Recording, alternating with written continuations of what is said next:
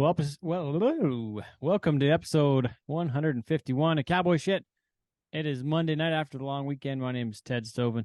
He is Dustin Edwards. Thank you for joining us. Hopefully you had a great Labor Day long weekend, and hopefully you got a little bit of a break maybe before it's back to school for the kids and all that other stuff. Eh, Dustin? Isn't it amazing when you become an adult and like these dates don't mean what they did like you're in Back in the day. school? Man, like I don't I really think now like time doesn't really matter anymore. But when you're a kid, like those days just counting down till you had to go back to school, like I just felt like it was like the countdown to like doomsday. I kind of miss Well, it. the this is one of the first nights it's felt cool at night in a while. That's for me, that's the sign of like, oh shit, I guess summer's kind of almost over then. Yeah, Whoops. I was out this morning in the yard and I could see my breath and I thought, fuck. Yeah. Damn it. Missed it. We missed summer Yeah, again. Darn it. yeah, she gone. But still I think we had a great summer. Had a got to do lots of events and got a little bit of a break here and there, did some golfing. Yeah, it's been solid. Yeah, I think this summer was like kind of the first summer in a couple of years where it was like everything was like normal again, I guess if that makes True. sense. Like Yeah, it after was like COVID, yeah, that makes yeah, like sense. all the events were back, everything was rolling. Like and last year was shades of that too, no question. But But I didn't felt start this till year was like just May or late June. Like it was a delayed yeah, start. Yeah. yeah. So I just felt like, you know what, shit felt good this year and and it proved that by how fast it went is how busy it was. So yeah, I thought it was Right. a hell of a fun year. I guess we packed up the big speakers for the last time tonight, I guess, after Cochrane. Congrats to the Cochrane Lions Rodeo. Another great year. I just finished up in Armstrong last night too. Finished off with the PBR event. You were out in Merritt. Um, Allie had the store roll in. Storm was out at Herbert with her family. It's just lots to do. Busy times, yeah. It was awesome out in BC. It was funny. I got home last night and it was smokier here in Yeah, Drumheller than it was in Merritt. It was clear there. I couldn't believe it. it was weird. It got the worst I saw it, like that I remember seeing it was like home, but then also it was bad at um by Banff. By the time we got back to Banff, it was bad. It's kind of odd. Yeah, because it was not that smoky in Armstrong either. Yeah. So I mean, it was really cool. I mean, 10 days ago, those events were potentially not happening with all the wildfires, but Yeah. it was cool and going through Kelowna to see all the signs out thanking the first responders and firefighters and I know a lot of people lost a lot over there, so it was cool to see all those communities kind of rallying and able to have those events. So turned out to be a nice little weekend out in BC. I would say record crowds in Armstrong, like just tons and tons of people. It was unbelievable. The crowds over those, five perfs over there Wednesday to Sunday, just totally full house. And like the bull riding last night was totally electric. Aaron Roy gets the win, but just totally like such a loud crowd, and had Denny the rodeo clown on the mic over there, so that was Any entertaining. And Brett with any us there ill-timed too. sing-alongs this year? Say that again, sorry. Any ill-timed sing-alongs? No, I don't think you got in any fights about the calf roping this time. I tried to provoke him a few times, but didn't get to it. Oh, But that's anyways, fun. yeah. So for those that don't know, Denny Halstead got in a little bit of an argument with Maynard Bird last year during the calf roping in Armstrong. Denny was doing a sing along and had a bunch of people's flashlights on in the grandstand, and the time event guys, like calf ropers, were saying the horses were getting distracted. But anyways, I believe it's not the easiest place to rope. Strauss Milan actually got bucked off of his steer wrestling horse on Saturday night at the tour finals. So uh, Jeez. it's not ideal, but I mean, this is we are in the entertainment business, and you know we are working with live animals, so I understand it's tricky, but the point is still to put on a show. And yeah, sometimes there's can be some conflicts on what the priorities are. Yeah, yeah. Everybody has their the interests in mind of the fans and Yeah, putting on the show. And sometimes the competitors don't agree with that, but I mean, and BC is another one of those markets where it's, I don't know, Merritt was the same way. Really big crowds.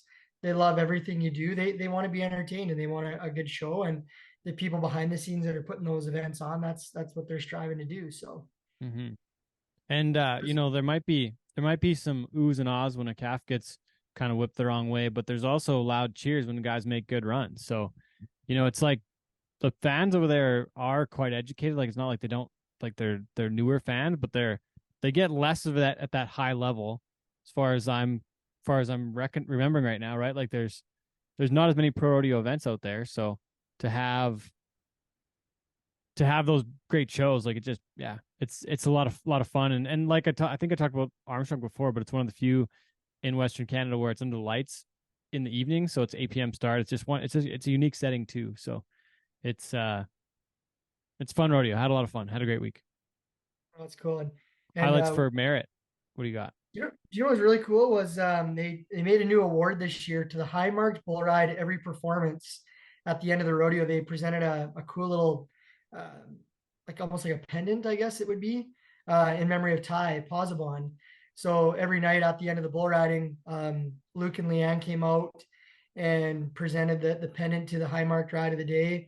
First day was Dakota Butter. Second day was Jared Parsonage. So it was two guys who were just like so honored to win that. And we rolled a really cool video that you were part of, that feature and put together a couple years ago, and then presented that with Luke and Leanne in the arena. It was super cool, and it was just, you could see all the smiles, everybody watching those videos back, and it just warmed everybody up to end the rodeo every night. So that was my highlight. So Mary McGregor and their team over there, I thought did a great job with the rodeo, and we had a ton of fun, and that was a really cool way to cap it every night. Oh yeah, and you mentioned Mary and the crew, and I gotta say kudos to Joe Herring and Heather King and everybody out in Armstrong. Put together a heck of a show, and looks like we might get invited back again next year. So that's exciting too. So hopefully keep on rocking. And I actually got fired from Cochrane. They liked Cole. They like Cole and Dave so good that they're hired now. So I just got to send my gear, and those guys are doing it now. So good to hear. Cole. I don't know if I told you, but Cole Robertson, his dad is Curtis Robertson from Valley Ridge from the golf course. Yeah. Yeah, so Cole worked most of Cochrane this weekend with Dave. So Oh, good for they him. had a fun weekend over there. John and Wes on the mic over there, and Dawson Northcott. So this sounds like they had a great show. So good for that crew. But next up for me, Dustin, I'm going to Winnipeg. Going to Winnipeg on Sunday. And yeah, then we're back for Tuesday for the Sports Med golf tournament, and home for a little while before we hit the road on the sales train. So your first game with the Roughnecks is until the like December, right? Yeah. The Roughnecks fire up December 30th, so still a ways yet. So we're kind of in that planning stages, which I'm not used to coming from the junior hockey world where it's normally in full swing. But that's good. Got some runway, so I'm just kind of enjoying the fall here, and working at home a bit and getting a couple last few events in as well. So What else you got on the schedule the next little while? this weekend we're off, but next weekend we're going out to Strathmore for a BRC event that Kel Pribble puts on, the last Cowboy standing, which is kind of a cool format. So going to go out and get on the mic for that. And yeah, first time going out there. So looking forward to it. Should be fun. Awesome. We'll have a good one over there in a couple weeks, but I guess we'll have another show before then. But this week we talked to another announcer. Kind of like three announcer guests in a row now. But Hey, Ted, yeah, before we get to that, yeah, you have go been ahead. waving that pen around in the screen Oh yeah, this whole fiddling time. around. Yeah, okay, we were talking about pens. So speaking of announcers and pens, I was with Brett, and for some reason, I went to Staples because he wanted to get a calendar. He saw the calendar that I pack around, this Yeah. little paper. It's actually like an academic calendar, but I have this like paper version, and he thought that was kind of funny that I still had a paper calendar. But he's like, man, I need one of those paper calendars. Like, I didn't think anybody even use those anymore. And I was like, oh yeah, I get them at Staples. It's the academic one. It starts in September, so it's perfect. So I just got a brand new one, and but I got all the different pieces on there and all the different engagements and whatnot on paper. So if I got to like look at what's going on, but I kind of like I got to run two because I still got the Google Calendar. But anyways, we're at Staples and he was showing me his favorite pens. And I remember stealing his pens different times. He always had nice pens, so I got a nice Sharpie That's gel a nice pen with looking the pen. clicker. Yeah, it's pretty It's a good fancy. pen. Pretty fancy. But it's a plastic barrel. He says you can only get the metal barrel in the US. So you got to get the heftier metal ones when you get to the This States. is the But best. you This is the best pen that money can buy. and it So theater of the mind for the folks listening, not can't see this. This is your traditional Scholastic four-colored pen. It has a red, black, green, and blue option. It's made by Bic, and I was honorarily presented one of these from David A. Paulson, author, rodeo announcer back the Airdrie Pro Rodeo in about 2012. And once you're presented with one, you must produce one at every rodeo, and you can use every color for scores, notes, standings. It's just it's an all-in-one. So all in one. So do you have to buy your own now, or does Dave give you them? Like, how does it work? Like you know once what? I you haven't bought have it. one. I haven't bought one forever because what I do is I tell Dave I lost one, and he's usually packing 5 or 6, so he's always got one for me. So Dave's been supplying me with them forever, and if he's not looking, I'll steal one from him, and then he thinks he lost his and brings out another one. So this is the announcer's dream right here, the The four announcer's colored dream. pen. Yeah. So and then I wonder with Brett, because he just has these ones, but he has like 4 of them, so it's not as an efficient practice. But I hadn't really seen many white pens before, like just like plain white. It's kind That's of a nice like pen. it's a cool look.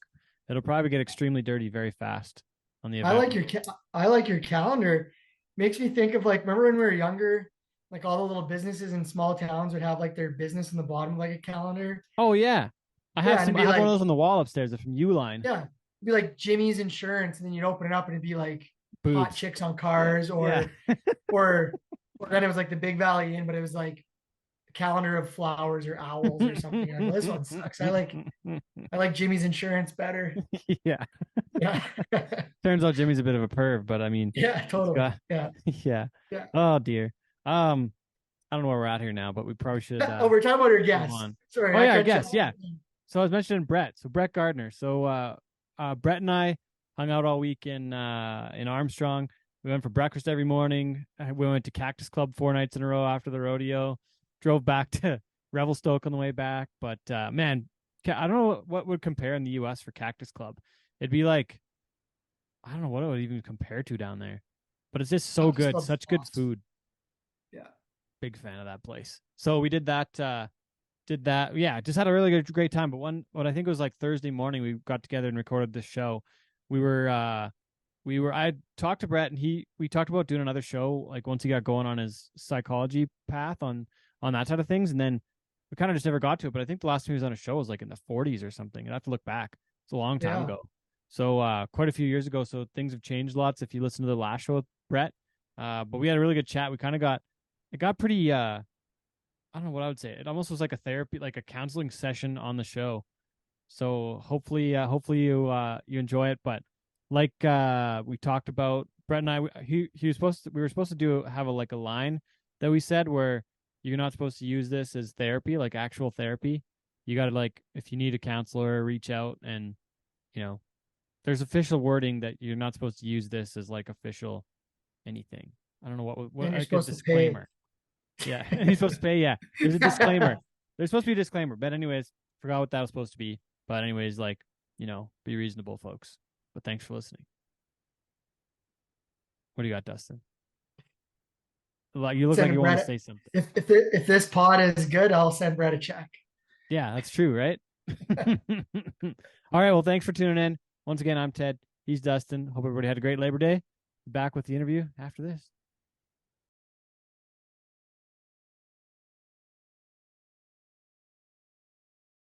Welcome to episode 151, Cowboy Shit, the podcast. My name is Ted Stovin, and my guest this week, I've got a whole bunch of notes. I've got a whole bunch of different things here now.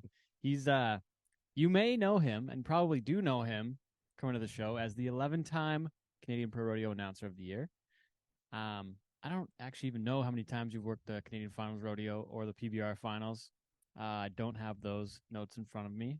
Not sure I know either. No. So, but lately he's the founder in the last couple of years, I guess. We'd have to talk about exactly when, and we will get to that. But the founder of Momentous Performance in Sylvan Lake, Alberta. You're gonna have a store, like a shop front, I guess, or yeah. a space here ready to go. It's in construction right now, but founder of Momentous Performance, and he's actually a doctoral candidate at UWS in the Sports and Performance Psychology program. So I'm gonna have to refer to you as Dr. Brett Gardiner coming up here. That's probably what I'm most excited about in this entire journey is is you having to refer to me as that, and I will accept nothing but from you. Okay.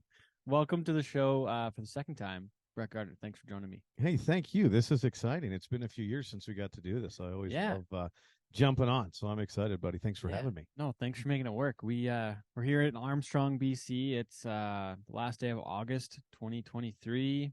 Armstrong IP Stampede this week. 151. It's the kind of the next chapter of the show, kind of keeping her going. But yeah, Armstrong. I guess first off, just this week, let's just talk Armstrong, just because it's where we are, and it's a great rodeo up here. It's a unique setting in Canada. One of the only shows that I get to work under the lights in the country, and it's just a unique setting and really electric, full crowd, and it's a unique setting from places we get to work, because the sun doesn't go down. For those of our American listeners, the sun does not go down in Western Canada before 10 p.m. Right. Anytime May till August. So an 8 p.m. show over here in BC is under the lights, and it's because you guys, like the folks in the States, they work under the lights quite a lot because this is the way the sun goes down. So it's a unique setting for us. Yeah, it really is. It's funny. It's like this one's really set up to be successful, to really have an exciting set of fans, and that's what it's always been. So I think they've really created this really neat culture and setting for the fans. So I always think, you're starting with kind of a full deck here. That's so true. it's like sometimes it's like for you and me, as the announcer and music director there, it's like, just don't screw it up, because it's like we can get in their way a little bit here. This is one where sometimes it almost less is more. That's true. And sometimes we think I always say putting 20 pounds of potatoes in the 10-pound sack, but here it's like sometimes you just got to stay out of the way and have fun with it because they're awesome. But hey, I want to jump back. Congratulations on 150 thanks. episodes. Yeah, thanks. That's pretty cool. You and I have had the conversation of, it takes a lot of time and effort to stay committed to something like that. And I mean, even during COVID, I jumped on and did some live stuff, and it was a lot of fun, and I really enjoyed it. But I didn't know how much work it was. I really underestimated how much work it was to be so consistent in something and continue to show up, on this platform for your listeners. So that's really cool. And I've said to you for the past how many years, I'd love to do a podcast, but I just, have come to find how much time it takes and energy. So credit to you and the team, Brett, throughout the years, because 150 episodes, that's pretty awesome. Just driving the bus. Yes, sir. Doing a great job of that.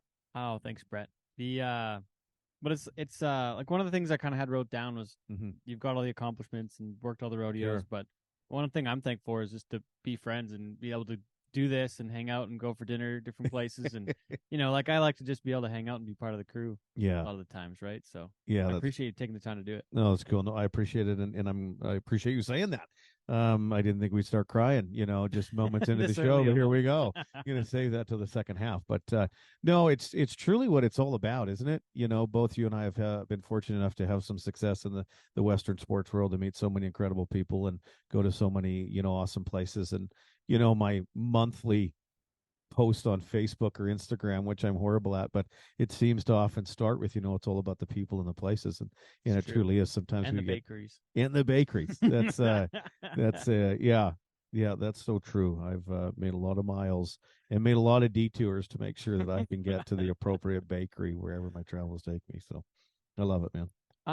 I want to start this show and kind of talk about, I kind of mentioned it already, and we talked about it a while ago, or like maybe last night or something, about how it's kind of the next steps, the next chapter. But your next kind of I don't know what correct wording is, but your next step or next journey started for me, from my experience of it was at Cheyenne, Kenzie, and Eric DeBlanco's wedding.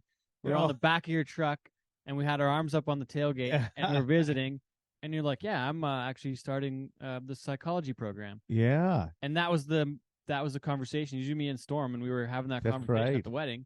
And I was like, that's a really cool idea. And I was like, well, so you're going to change, because you've been a teacher, had been a teacher for 14, or maybe, was it 14 years at that 15 point? years, yeah. And then, so this kind of caught me by surprise, honestly. But then again, it didn't. But that was where it started for me. Yeah. How long before that had it started for you, and tell us exactly what the transition was. Yeah, You might not know yet. I'm glad you brought that up. I thought about that a while ago, but it's funny. I remember that moment. Yeah, quite clearly now. I appreciate the reminder. But yeah, for me, like you mentioned, I'd been a teacher. I'd always wanted to be a teacher, even when I was in high school.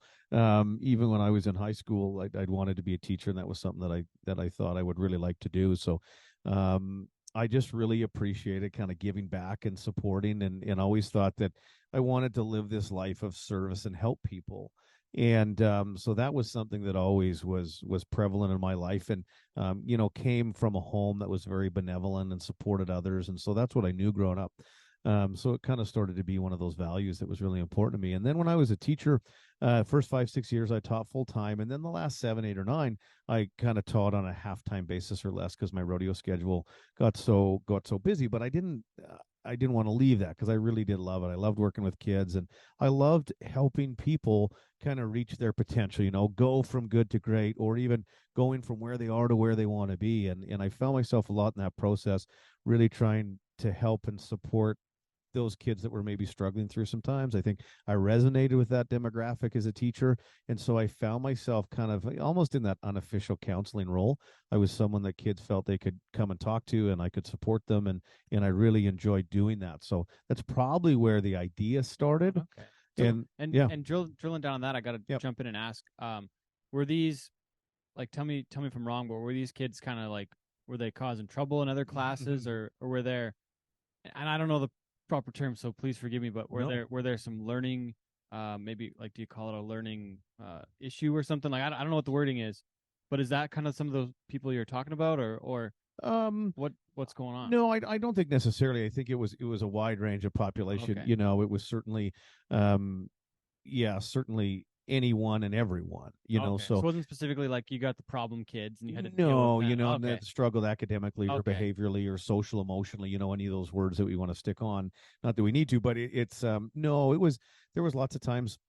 But in saying that, the program I taught was a sports performance program, kind of a strength and conditioning program, which I was passionate about. My first degree was a kinesiology degree, and I always really liked that and felt that you could really connect with kids in that environment. But then I did teach some other classes where, I worked with a real diverse set of learners, and, really learned the importance of building a relationship and consistently showing up for kids, and learning how far that could really take us and serve us. So that was kind of the demographic that I taught. But to say that I worked with one set in particular, I think would be, ill-placed. I was certainly willing to help anyone I could.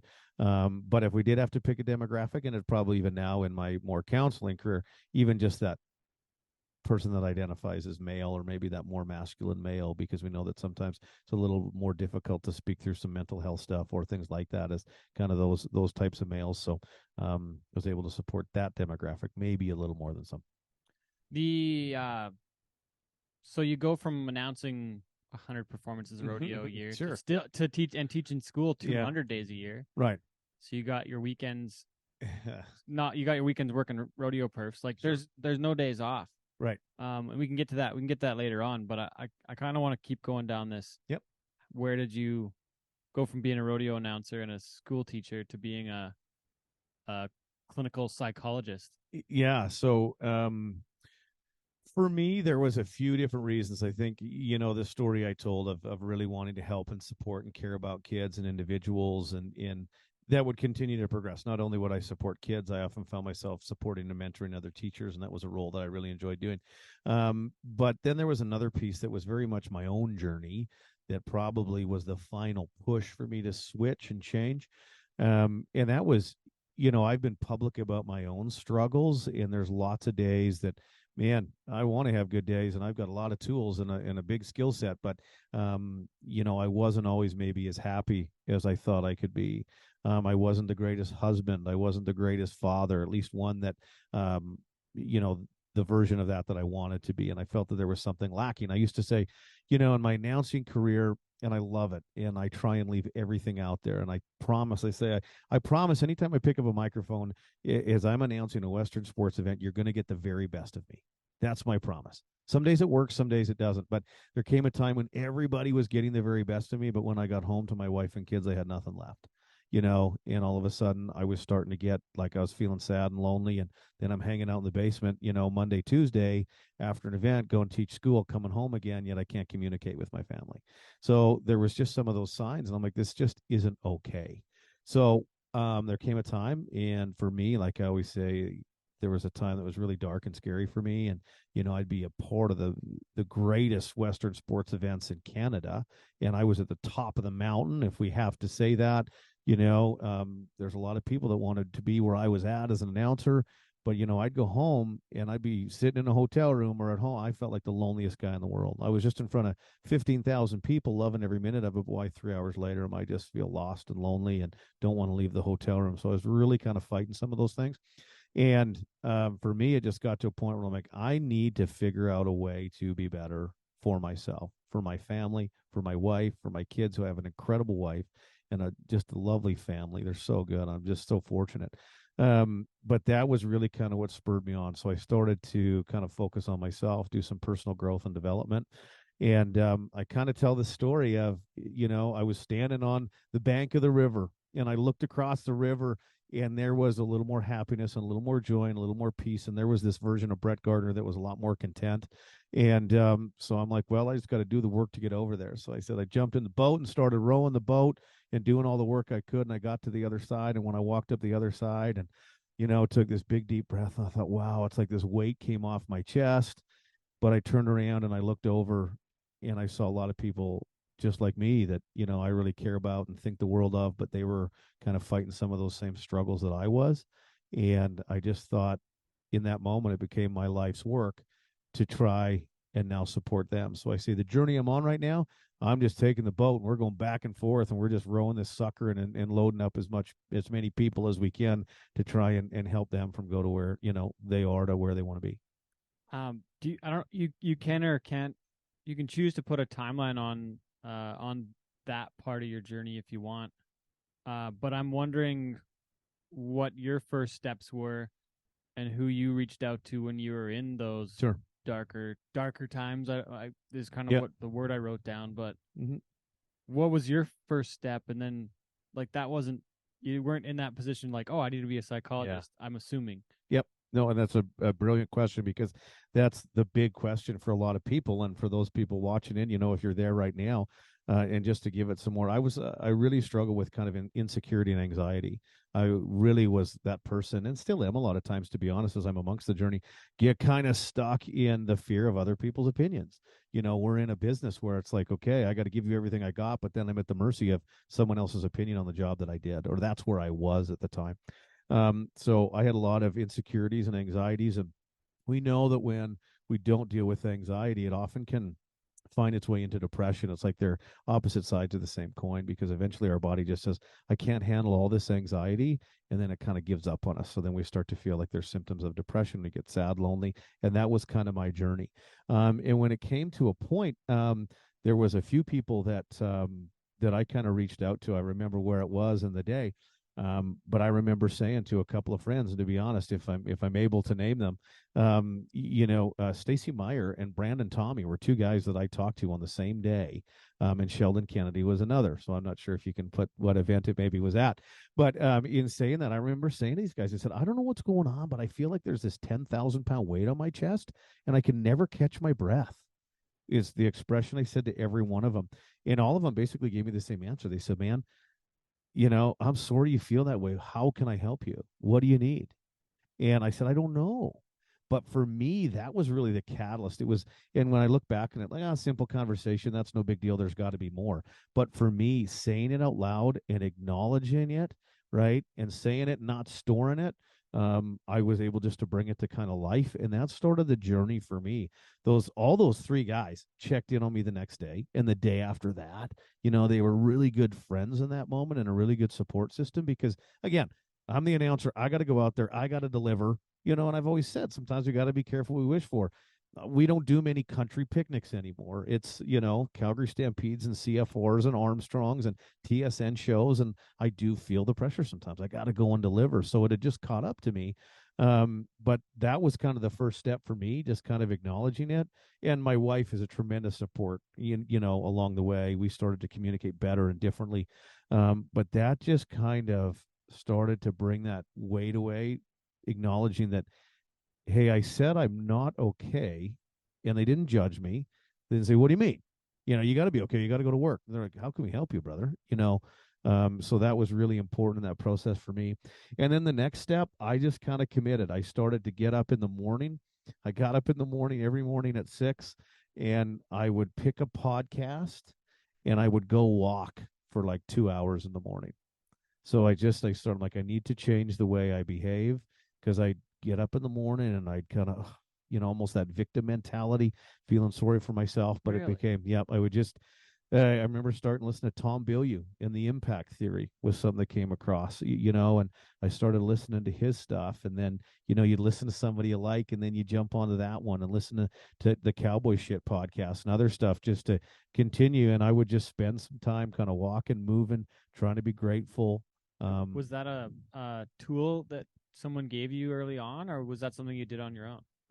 I think it would, I probably would have got it from somewhere. I think so many times now, it's like, the Instagram feeds of people, like what's coming across is probably like, so much too, like neuroscience now shows us, like even the traditional cognitive model, something happens, we have this automatic thought, we feel a certain way, then it dictates our behavior. But it's really just the acceptance of, no, I can lead by behavior. So I just kind of acknowledged my behavior and my action is, I'm just going to get up, my feet are on the floor, within 5 minutes my shoes are on, I'm going out the door for a walk. That was the guarantee I made to myself. And then it was just starting to consume the right stuff. Right? We live in a world that is so full of negativity. It is in our face, and we're wired to think negatively. If we have 60 or 80,000 thoughts a day, over 80% of them are negative in context, because that's how we survive as humans. We have to be ready for the negative. Yeah. I have to be safe, Yeah. right? That's So, almost like a bit of a safeguard. sure. Honestly, but so that made me think of something. Mhm. So I want to say I had a bit of a not similar, but I had a really rough time for a while back. Yeah. 2015 was a year, and the stress and anxiety was peaking and at a boiling over point. And I had to change my lifestyle and change a lot of my decisions to be able to. My biggest thing at the time was I didn't want to take any sort of drugs for. Sure. I didn't want to go to that first. I wanted to naturally, ideally change my lifestyle and change my decisions and choices as best I could to deal with the anxiety. Mm-hmm. But you mentioned getting up and walking. Yeah. And one of the things that I immediately thought of was the best days I have. I get up in the morning and first thing I ever do, like I wake up and get going and I meditate. Yeah. Listen to my meditation with my headphones in, like in bed. Like first thing I do, put those in, do that, get my mind kind of right. You. Then the better days I go to a exercise machine of some sort. Sure. Go get on the bike downstairs and watch Sports Center, and yeah. then I can get onto some emails and kind of like reply to some stuff and do a few things and Mm-hmm. do that. But if I just lay around after the meditation, then it kind of like I have a trajectory. Like I can go kind of like up and keep going up and then have a solid day, or I can go up and then kind of like peak off a little earlier. But is that I was trying to think of like I wonder if that's a tool I found somewhere, Sure, or what that was. But that's how I deal with turning my mind off, is through the meditations, where I've heard people that have trouble going to sleep, don't have the tool, or maybe aren't familiar with how to train their mind to turn off the thoughts to go to sleep quickly or something. Maybe I'm not sure where I'm going with this. Yeah, but no, I hear you. I wonder. I think there's like 3 or 4 huge takeaways there for me. Okay. If I'm to put my clinical counselor hat on, if you're to talk about, break it down. Break it down right here. But I think too, for anybody listening, so what have you done? Really, again, you're leading by behavior or action. So you have a routine which you've established, but you've also identified, and you said it, I can set myself on this trajectory. So you have acknowledged that you're in control of that. And that's one of the biggest things. So many times, where we want external validation, or we're at the mercy of other people, where in your case, it's like, no, if I take the power And, I put it in my hands. When I get up in the morning, same time every day, and I meditate and I go down and I get on the bike or I get on the treadmill, and here's my routine, I am going to have a better day. You say that with conviction because it's right. But I love the idea that you've acknowledged that this is what works for me and you're in control of that. Those are two huge ideas in anything that we do when it comes to, success. And I even think of the evolution of, you look at the Cowboy Shit podcast and the clothing brand, and I mean, you work hard. I've seen you evolve over time. I remember when this started for you. You have a different work ethic now than you did then. Oh, things definitely. change, right? That's Of course, very true. that's growth, but it's been intentional, and you've done that, and that's what I love about any kind of growth or development. Is we have to realize that you're in control of it. And so, no, you're right. When we lead by behavior, because sometimes if you wake up in the morning and the first thought or feeling is like, oh, I'm sad, or I'm tired, I don't want to get up, and do we succumb to that?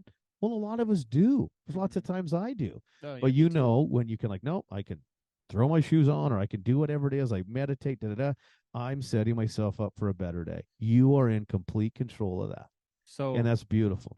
So what about, I'm just thinking about here, and I'm in the hotel in Armstrong, and my routine is fucked up all the time when I'm when I'm on the road, and I'm in a different scenario. Like, that's my ideal at home, but then on the road, it's like, I feel like I'm in survival mode most of the time because I don't have any food in the fridge.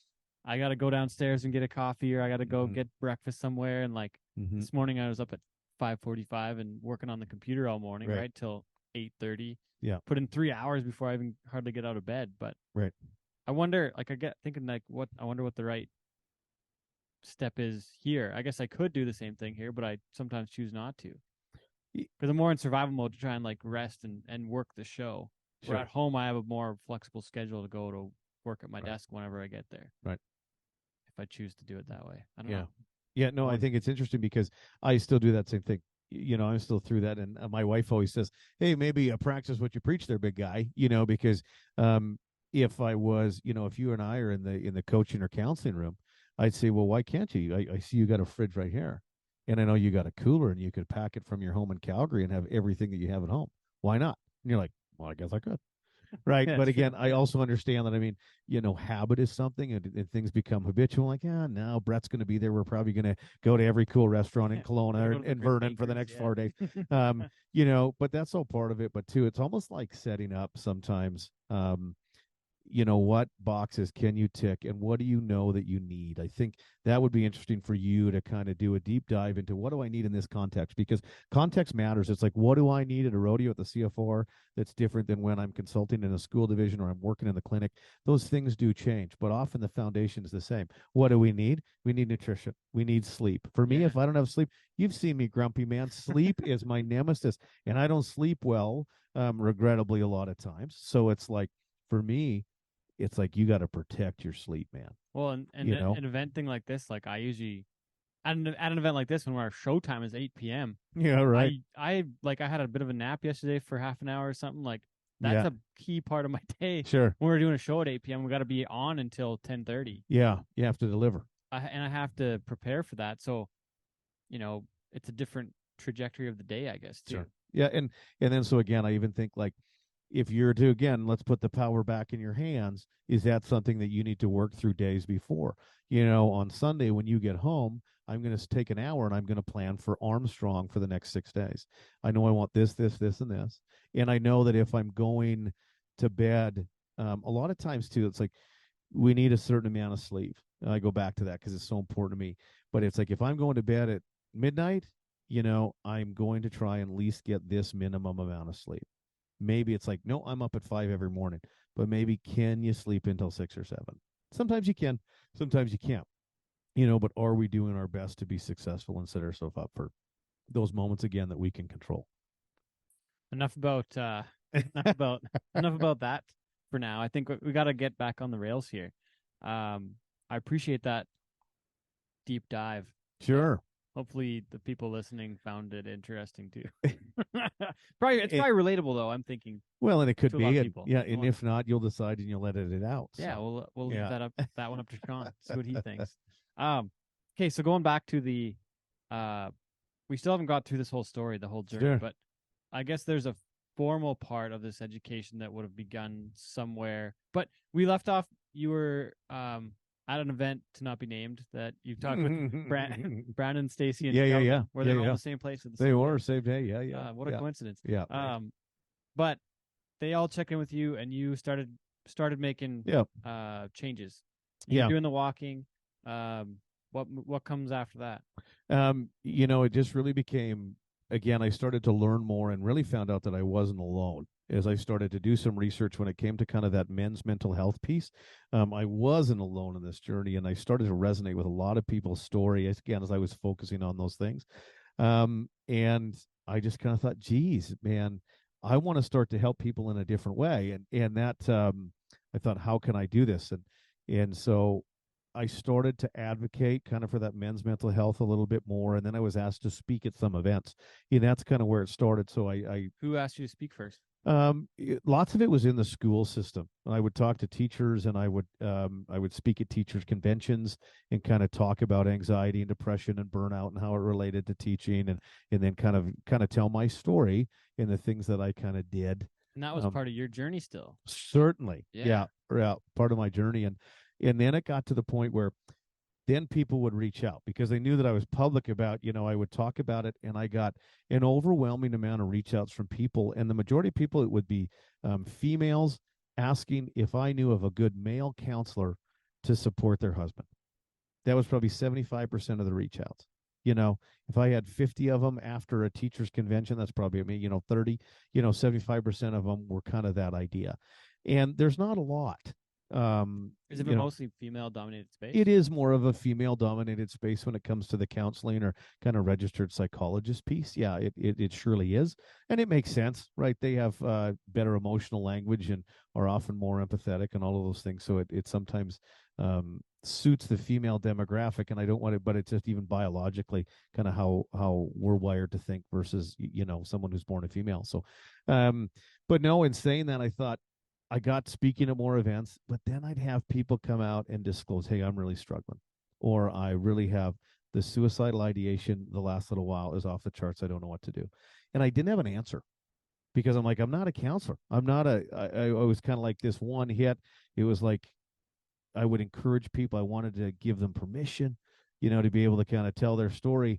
But I'm like, I want to do a better job of supporting the population. So that's when I was motivated to now go get the schooling to be able to support better.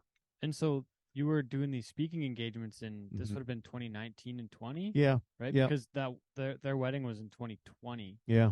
So you formally started school in 2020, fall, right? Yeah. September, August of so it's been 4 years? No. Yeah, a little less than 3 years. Yep. Now. Yeah. Yep. Okay. Yep. Had another thing in there, but go ahead. Sorry. I forget what it was now. Yeah, no, it was good. So I jumped in and so I finished my master's. Yep, did my master's degree and who with? Oh goodness sakes.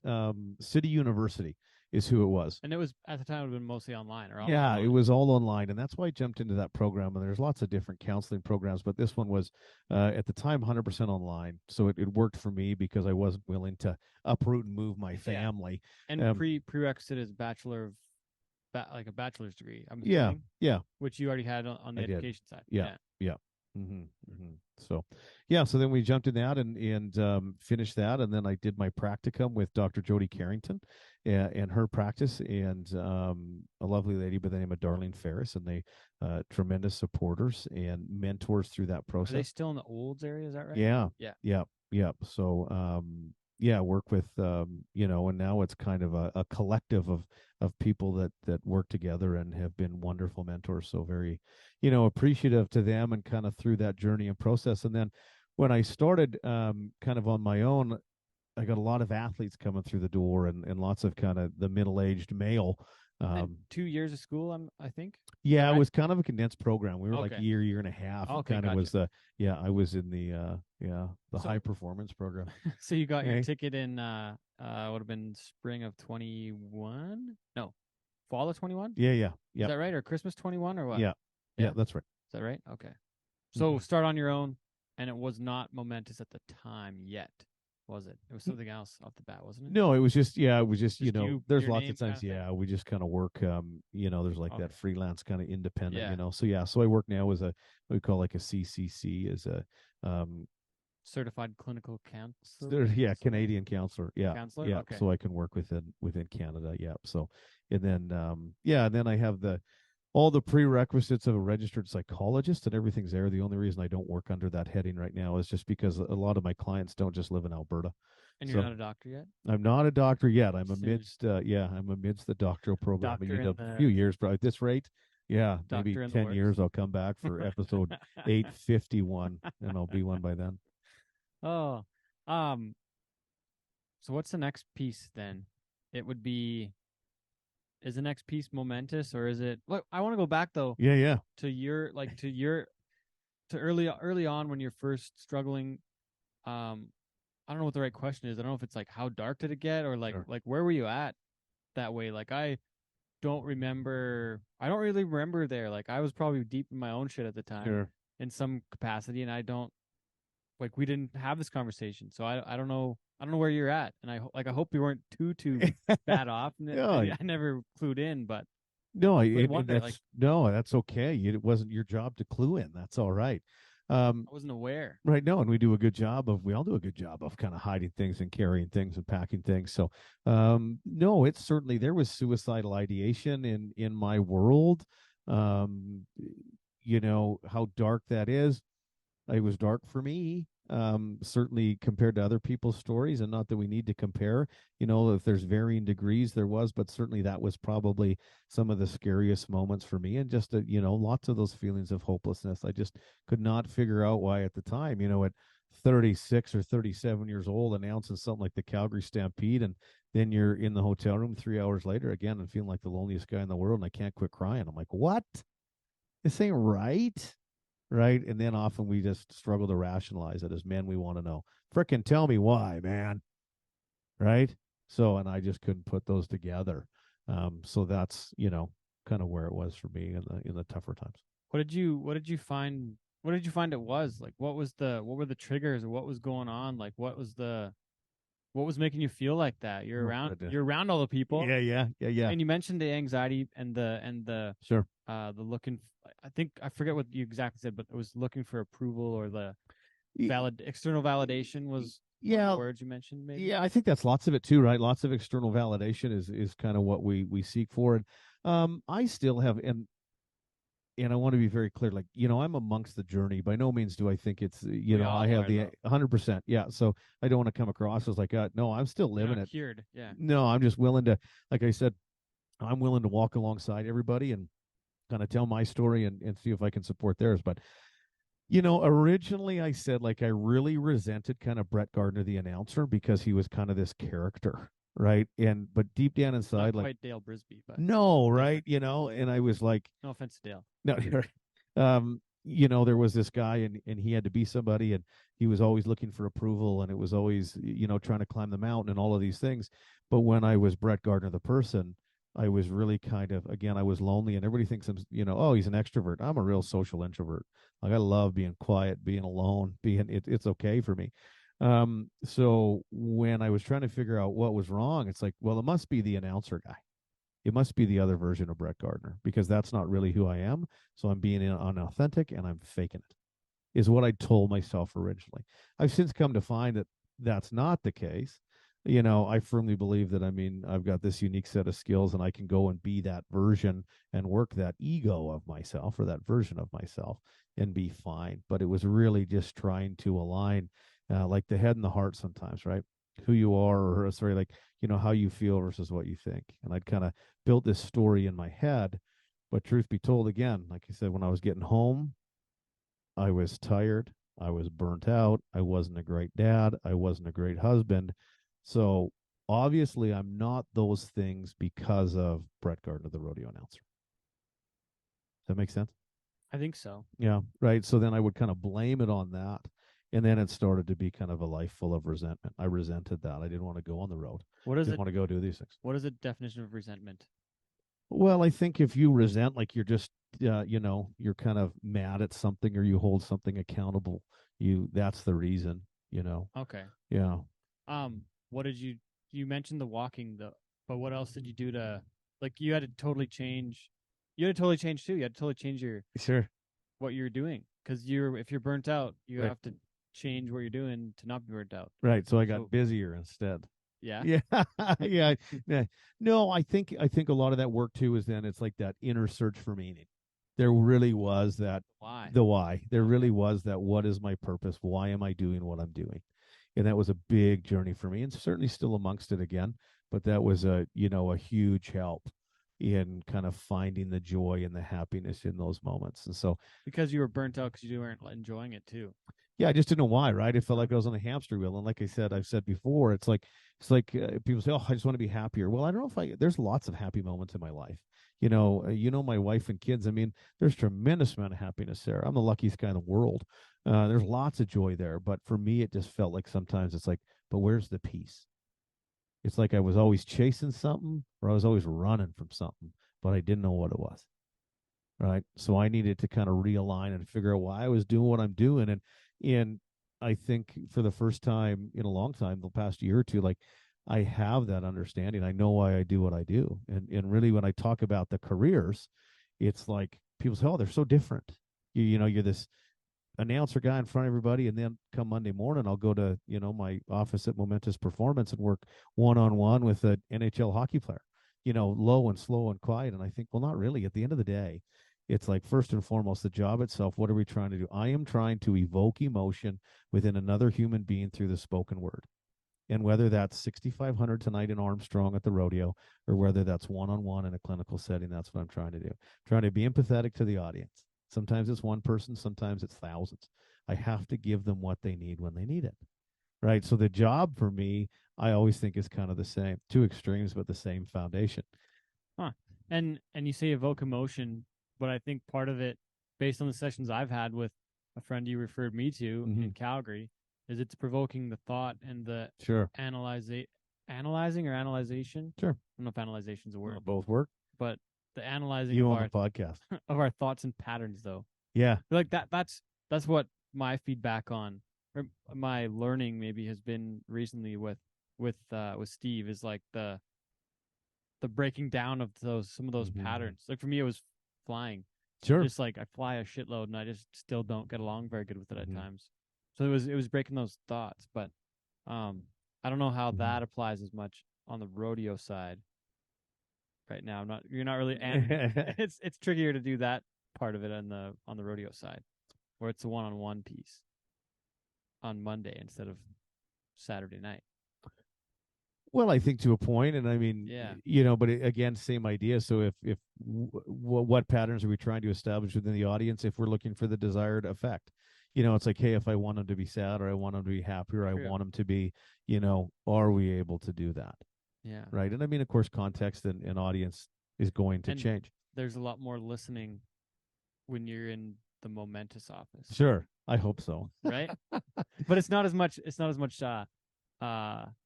to be more listening, I'm assuming. It should be. Right? It should be. Maybe if you book me Monday morning, I'm still in talk mode. So, get me Tuesday afternoon. Be a better listener. Yeah. So Momentous, let's talk the actual building. So we've talked about this a couple times, not on the show, obviously, but you started one venue and you had it open, and you're moving somewhere else, and it's kind of been a little bit in flux, but you've kind of already grown. And you're kind of building the team and building logos and different things. Like you're building the whole thing. So where are you at with it right now? What's next? When are you gonna be open? Yeah. Where do they find you? How do they book with you? Oh, geez. So Momentous Performance, is we have some offices and a classroom setting in Sylvan Lake, and we're actually partnered with a gym. Scott Ferguson is a wonderful young man in Sylvan Lake, and he owns a place called Ferguson Athletic Development. And there's a gym on the bottom floor, and then we have a couple offices and, like I call my team space, upstairs. And then we just started to expand and work with some more groups and more teams. So we have since kind of leased the building right beside that, just because we needed some more space. And then we also have an office space in Red Deer that I meet with clients. So we're pretty busy. my wait list is longer than I want it to be. I try and serve as many people as I can, but it's been, yeah, overwhelming to start. But the big thing with Momentous too is we wanted to offer this non-traditional setting to really good clinical therapy and counseling and coaching. So there's times that I work with athletes or I work with individuals or groups, and we'll just be in the gym. We'll just put some weights on the bar and kind of work through things. And it's been really successful. It was always kind of the dream. The 10 by 10 clinical office doesn't work for everybody.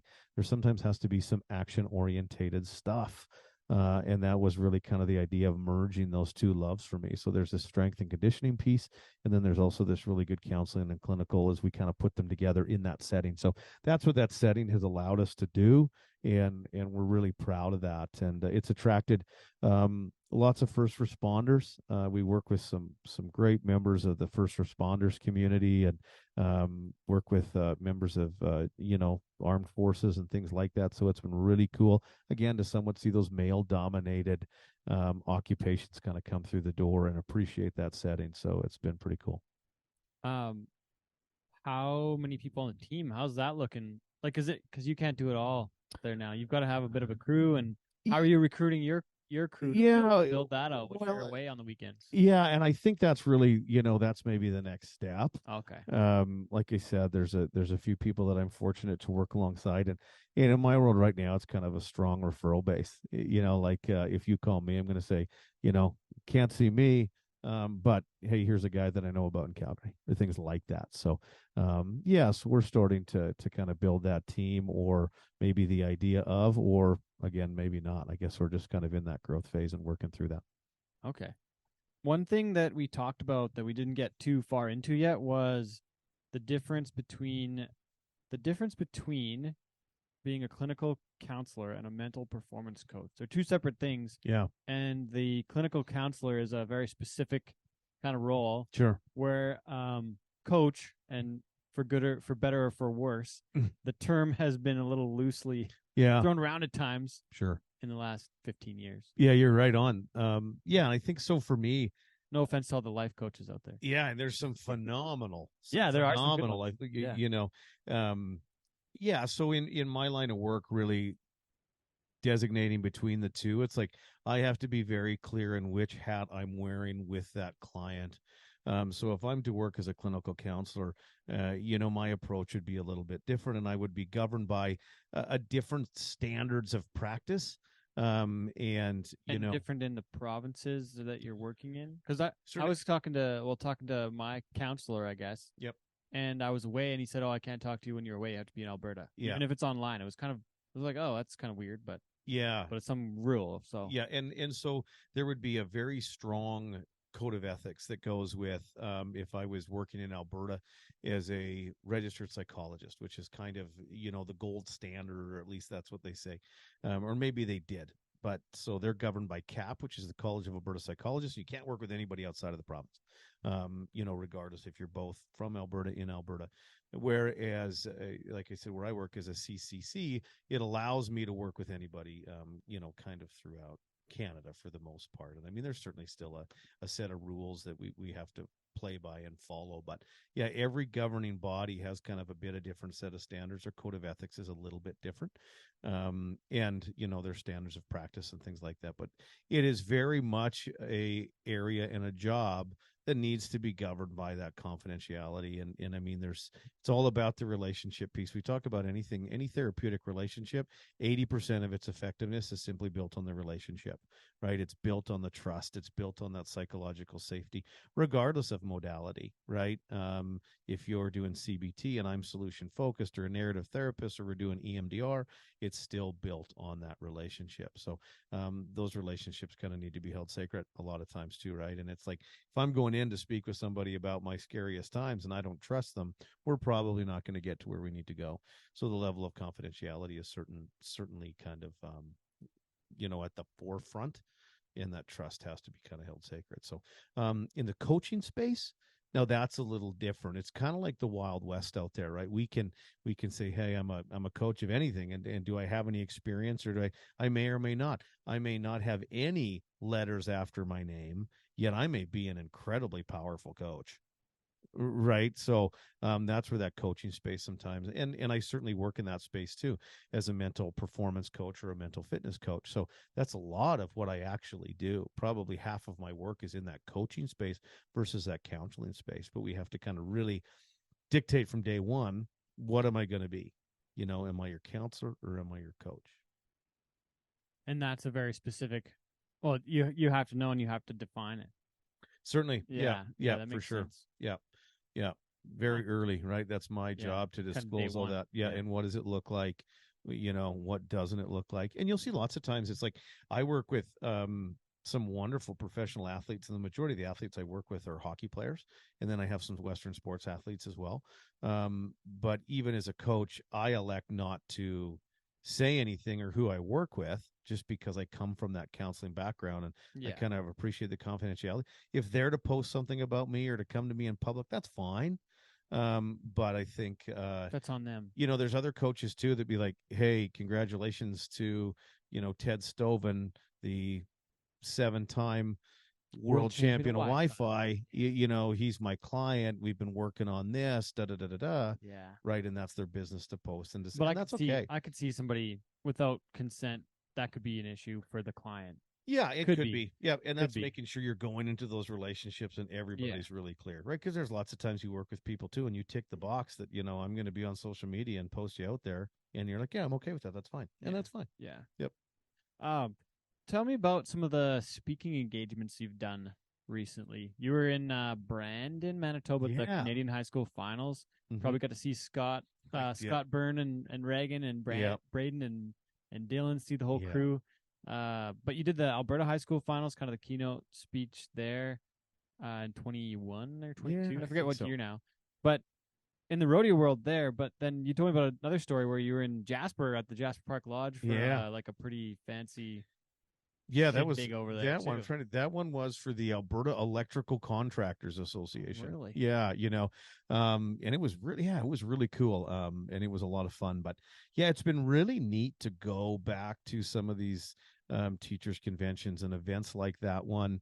And then I've got a lot of reach outs lately to kind of speak at events, which is really cool. I think the idea of, especially that men's mental health and in that agricultural industry, and starting to work alongside CLH Bid as well on some of the things that they want to start moving forward with, and comes to be about the mental health conversation and kind of the agricultural industry and men's mental health in particular. It's starting to be a little more accepted. And so I think my ability or willing, I shouldn't say my ability, my willingness to speak in front of people, combined with, my passion for mental health and supporting others. I think right now that combination is serving me well on those stages to try and kind of convey the message. And like I said, I want to give people permission. If they need to take that first step, I want to be up there and let them know that it is okay, So I think that's what I try and accomplish with some of those speeches. And What did you find at those the rodeo events? Like, just because I'm familiar with those, what did you find at those?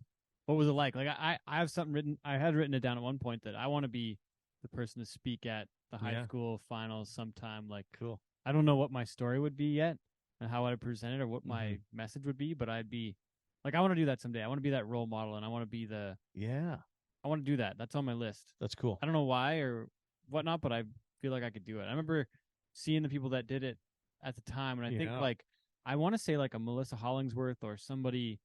Yeah, it's probably Melissa because she would at the Olympics in the same timeline, and Darcy would have had horses in this time. So, and I remember I think BJ Cramps might have done one. At one point in like 06 or something.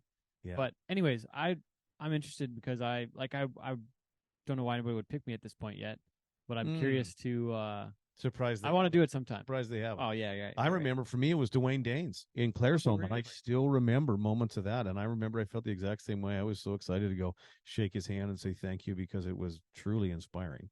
And I think that's a lot of it, right? I mean, at the end of the day, we want to leave this world a better place than we found it, and I think that's a lot of that motivation because you have great memories of those moments, and it's like, well, I want to go offer that same thing to somebody else because there's no better feeling in the world.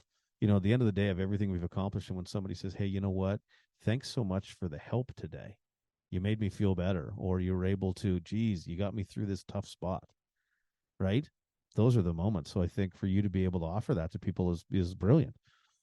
I don't know what I'll offer yet, but No, it'll be great. I want to do that. The entrepreneurial spirit. Maybe. Yeah. Yeah. Consistency, even if it's not Sure. showing up, maybe. Right. I don't know. What was your message at those? What was you don't have to give me the whole speech, but what was it? You don't have, we don't have a half an hour right now. I think a lot of it kind of how I structure those things. I often like the high school ones, or when I'm speaking at schools or consulting at schools, I love to like, hey, the 10 things I wish I'd have known. And I think at the Canadian high school finals, it was like the Sports Center top 10, the 10 things that I wish I knew, or the 10 things that I work with when I'm working with professional athletes. So we kind of go through some of those ideas, and I try and relate some stories to that to try and evoke some change and do things like that. So kind of break down a few of those important things, like protect your focus. And one that you and I talked about, I often talk about my first thing. I said, I need you to be curious and not judgmental. Right. In anything. So that's one thing you bring up with your clients. Oh, we'll talk a lot about it, especially Really? Lots of the teams I work with. I really need them to shift into this mindset of curiosity, because if we're going to do anything moving forward and you have a fixed mindset, and you're going to be judgmental of everything that we say and do, because maybe it's obscure, maybe I'm a bit cynical, or maybe I'm a little insecure, so I'm not willing to be vulnerable. But I need to shift you into this idea of curiosity. I wonder if maybe I could try. Well, I wonder why. Why do I feel this way? If I can start to shift you there, then we can start to apply the skills. Then we can start to build the tools. When you say that, and make the curious comment, it made me think of the conversation we had maybe last year on the way to North Battleford, or somewhere along the line. We had some time in the truck, and the comment then was intent and intention. Maybe my intention wasn't to do something, but the impact on the other person was maybe unintended, and not the intention, but the impact on them can be right. I don't know what it was, but it was an intent and impact. Yeah, you're listening. I'm so proud of you. You do listen to me when I'm rambling. Yeah, we talk that too. I've worked lots with teams and clients about intent versus impact.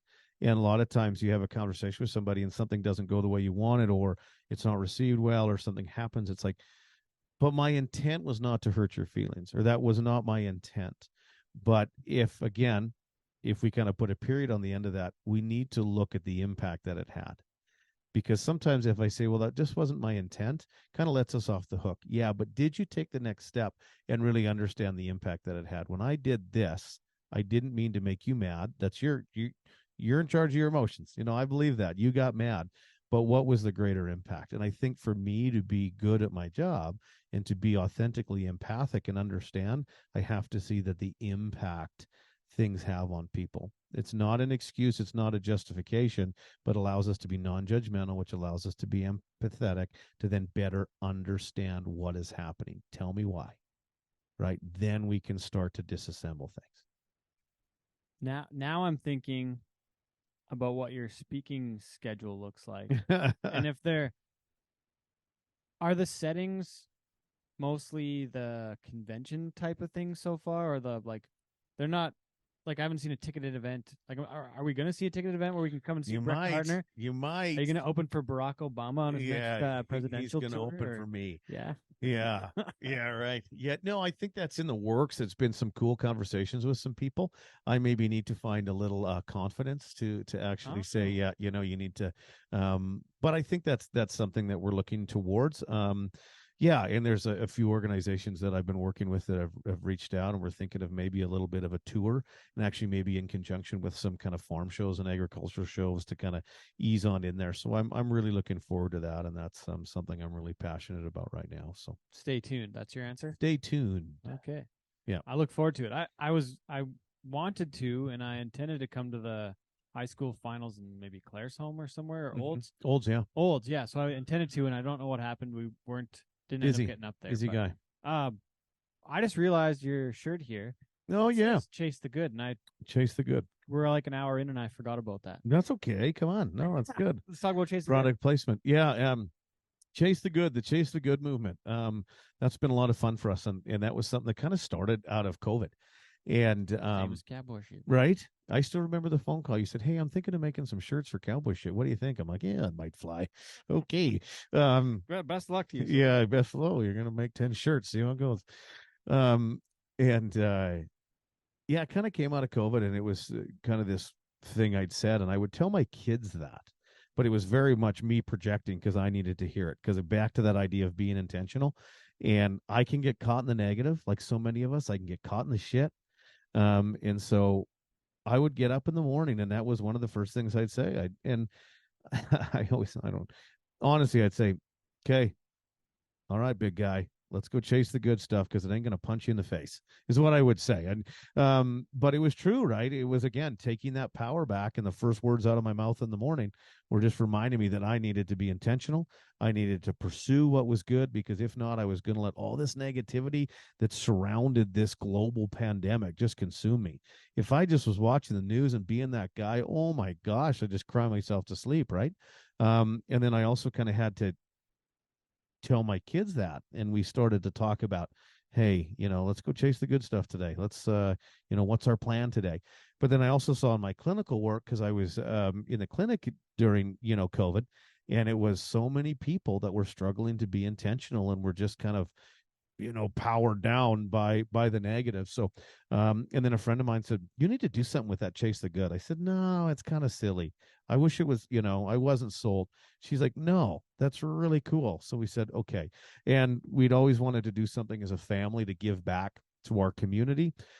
So we thought, well, maybe this could be the thing. So chase the good movement started, and we just say, a movement to encourage all of humankind to chase what's good in the world. And all of our net profits, we sell T-shirts and hoodies and hats and little things like that. I basically say, whenever Cowboy shit gets something done, I just get them to copy that, and then I make the same thing. So that's our marketing plan and business model. So far, it's served us well. So thanks.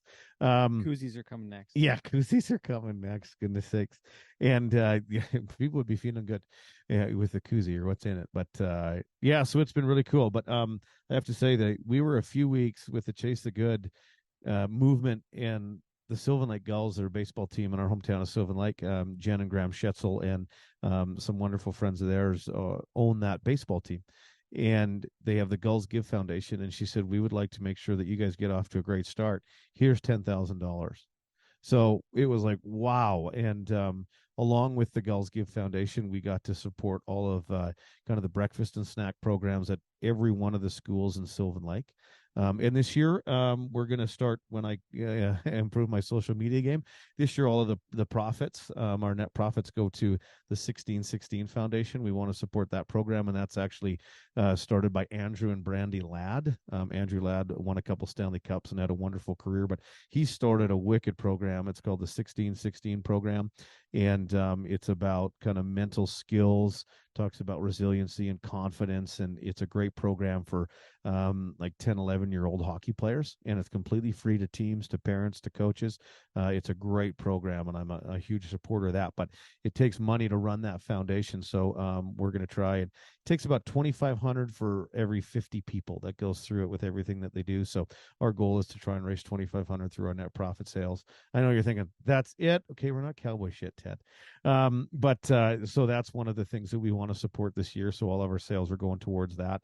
And then, yeah, so we're super excited about that. Thanks for letting me talk about it. No, I can't believe that I forgot about it till now. No, man, that's good. Like an hour in. Man, there's a few different ways we can go here. I like this. I like that you're perplexed and deep thought. He's processing, everyone. He's processing. We were talking about a few shows the last little while. I don't know why, but I wrote down Shrinking. I want to talk about that for a while, because that show's I've been finding it really entertaining lately. Mm-hmm. What's it? And then so that actually made me think about this, though, because for you as a clinical psychologist, that's the proper clinical term? counselor, yeah, you're not a psychologist until you're a doctor. No, well, in some provinces in Alberta, you can be a registered psychologist, but it's a protected term. So I'm not registered with, again, CAP, College of Alberta Psychologists. Okay. So I'm with the CCC. Okay. Yeah, so like the Canadian Psychotherapy Association, Counselling and Psychotherapy Association. Is the psychologist thing, is that what you'll be when you're a doctor. Is that right? Or am I mixed up here? No, when I'm No. a doctor, I'll just be a doctor of- doctor of sports and performance psychology. Yeah. Oh, okay. Yeah. So not a psychologist. No, I can be if I want to be right now. But you have to apply with CAP. Yeah, there you are. That's the point. Look at us. Okay, so I'm learning. Okay, I think I'm learning.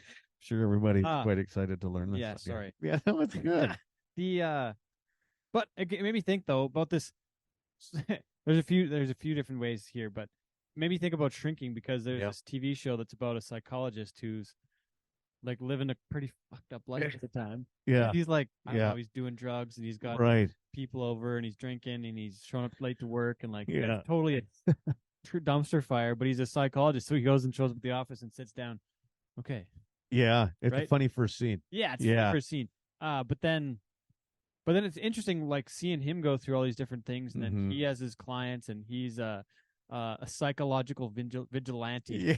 I like that term. Yeah, but it made me think about yourself in these different scenarios now, and how you find yourself, and you're not going to tell somebody, oh, you need to do this or something. Like they're coming to you for that. But I bet it changes your glasses big time in a lot of different situations now. And that show kind of made me think about it a little bit. It's like, oh yeah. Psychologists are humans too, like we're people too. Yeah. Well, and I think too, back to that comment of like, I never want people to think that I got it figured out, because I'm just willing to tell my story and walk. I always say, walk alongside somebody.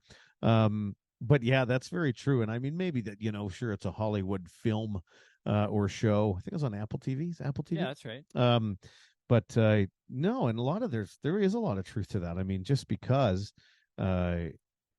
maybe the schooling's there, or they're human too, and it's tough, and there's lots of wonderful clinicians, and it's really important that they take care of themselves and they wear that appropriately, right? Because there's days I've come home and I'm like, holy smokes, like, I mean, my world's been rocked, and I've only been in the industry a couple of years, but I'll have a tough clinical day with some clients, and you're working as hard as you can, and there's days it's sad. We try and stay out of that sympathy and try and make sure that we can be empathetic and kind of step in and be able to step out. There's a real power in that, and making sure that we're not kind of transferring those emotions back and forth and that energy. So you do have to protect yourself a little bit. But yeah, I can darn sure beat you up and wear you down. And you're right. I mean, there's days I do things and say things, and I thought, holy smokes, like, why did you do that? You have the skill set. You should know what to do. But there's days, just like everybody else, just gets the best of us.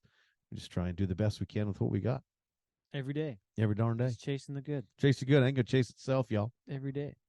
Okay. One of the last things I had written down was advocate. So on your website, it's announcer, speaker, and advocate. Yeah.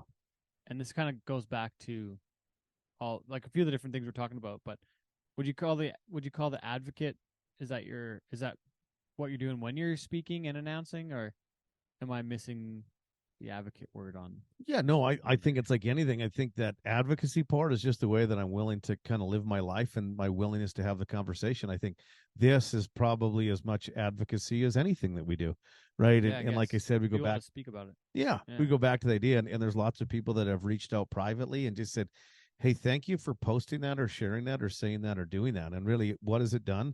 It's just given them permission, right? And a lot of times I want to give you permission if you just need permission to take that first step, or it's okay to go seek out some help. There's so many times we do it so often with everything else, personal trainers and this type of coach and that type of thing. And, we celebrate all these accomplishments, and we don't, celebrate. Oh man, I just had a killer session with my therapist today, and I'm going to show up better for my wife and my kids, right? There's still this stigma around that, but how can we start to offer the permission to the clientele? And in the Western sports world, I mean, you're raised to be John Wayne, so you're not raised to often validate feelings and, tell me more. How do you feel? Right? A lot of us weren't raised in that kind of family or culture. So again, trying to offer permission so that, hey, maybe I do need some help, or I could use some support, because it's hard to do it on your own sometimes. Yeah. Well, it's very hard, and well, I'm I'm thinking about it, but it's like especially in rodeo, because as you mentioned, coaching in the team setting, it's probably counseling and coaching is I want to say an asset or it's part of being part of the team in a lot of other sports. Like the Edmonton Oilers have a sports psychologist on the team. I'm assuming, Right. Or these like the big businesses have a psychologist that you have benefits for, but I have to go pay for it myself. Right. And as a rodeo athlete, I would have to go pay for it myself. Certainly. Most likely. I'm sure there's some programs in place, or there may be with there might be, but it's all kind of it's on our own and it's individual, so we have to go and seek that out on our own, which is not easy to do.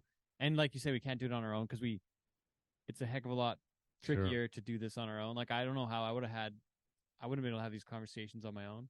Right. I need somebody to bounce those ideas off of and have a true conversation with. But at $200 an hour, it's kind of expensive sometimes. Yeah, it's certainly, and it is. Benefits, right? Yeah, it certainly is one of those things that that can stand in the way for some people. And it's not cheap, and I know I always waver back and forth because I think, it is a struggle for some people to pay that money when they don't have benefits, and lots of times, geez, if I really need that mental health support, maybe I'm struggling to keep a job. So then I'm even less financially in a position to go and to get that really good help. So, there is some really good programs out there. There's more than just the private sector. I know that's not the answer everybody wants, but there are some really good programs out there, and there's, lots of good content if we're consuming the right things. But, I do need to acknowledge too that it can be tough to access for some, and then the flip side of the coin, and maybe you'll get some people frustrated with this idea, but for people to get their masters and to go through all the hoops and to keep up all their memberships, and to, as much as it is an hour, we're not saying that registered psychologists are absolutely full of money, and it's hard. It's even point you talked earlier, I know there's some that are like 2-3 sessions a day, that's all they can do, just because it's heavy. Right, it can be really, really heavy. So, whether I'm defending one side or the other, I feel I can, need to acknowledge both. A couple more things before we wrap it up. How are you doing right now? How are things right now? And what's the fall look like? Let's talk about that a little bit. No. Yeah, no, things are good, man. Things are good. Things are really busy. I often say that, you talk about, or we've talked about, when it got hard for me and burnout and all these things, and I haven't necessarily found a way to slow down. I'd like to. So, I talked about slowing down my rodeo schedule, and I do need to take a really long look at that throughout the winter months, and really decide what's best for me and my family. There was a moment in time I thought, time for me to, pack it all in. Yeah, you were going to quit at one point. Yeah, like, it was just like that was a serious thought you had, or not really, or certainly. is it, or what? Yeah, no, I think it was a, and again, that was at a place where, I kind of you were resenting that person. Well, I was, to be honest, now let's get really deep. Let's go to the next level here. I do, like I said, my insecurities and fear of judgment is still alive and well in me, and I still have to work through it every day. So for me to say no to 10 rodeos, but then yes to 20 others, it's really hard in my mind to pick and choose, because I really do love the events I go to. And man, I love seeing people, and I've been 20 years into this, and the majority of the places I go, I've been to now for 6, 8, 10, 12, 15 years. And they're my friends, and I care about them, and I want their events to be successful. So for me to, have the tough conversation, and not that it probably would, that's what I've got, catastrophized in my head, that it'd be a difficult conversation. But there was certainly a time where it's like, I just, I don't want to be on the road as much as I am. My kids are 14, 11, and 6. There's lots of things that I miss, and I don't love missing that stuff all the time. So it's, again, I don't believe that balance is a thing, so it's hard. I got to find balance. I think that's a moving target, but just making sure that we're as happy as we can be and as healthy as we can be. So I'll keep doing what I'm doing, and I mean, I still love to do it, and like I said, we'll take a long, hard look at everything. And as Momentous Performance continues to grow, and we also want to support the clientele that I have there. I have a wonderful caseload of clients who I'm, really passionate about and excited for, and a great set of teams and athletes that we're helping. And then, lots of work in the school divisions as a consultant. So we're just rocking and rolling, man. What do you, how many days off do you have a month? Which month? 0? No, February is a little lighter. Yeah, I got a day or two in February. I mean, for the next, for the next 2 months, there's something to do every day, but that's okay. I think. But there's a couple Sundays off at home. Like once we're done in a couple events here, we gotta. Yeah. There are a couple days off at home. Yeah. A few. Yeah. Maybe. So, I mean, it's like one of those things too. It's I remember I'd went on a run. I was away, after Pinoca on the 1st of July, had a day, and then kind of went to Cody Snyder's deal, the Bull Bustin', and congratulations to them. They raised hundreds of thousands this year. $4,000. It's so impressive. And then into the Calgary Stampede, and then home for a day, and off to Kelowna for the PBR and things like that. So I was only home a day or two, but it was interesting. I remember phoning my wife because I got home, and then the next day I was in the clinic at 7 a.m.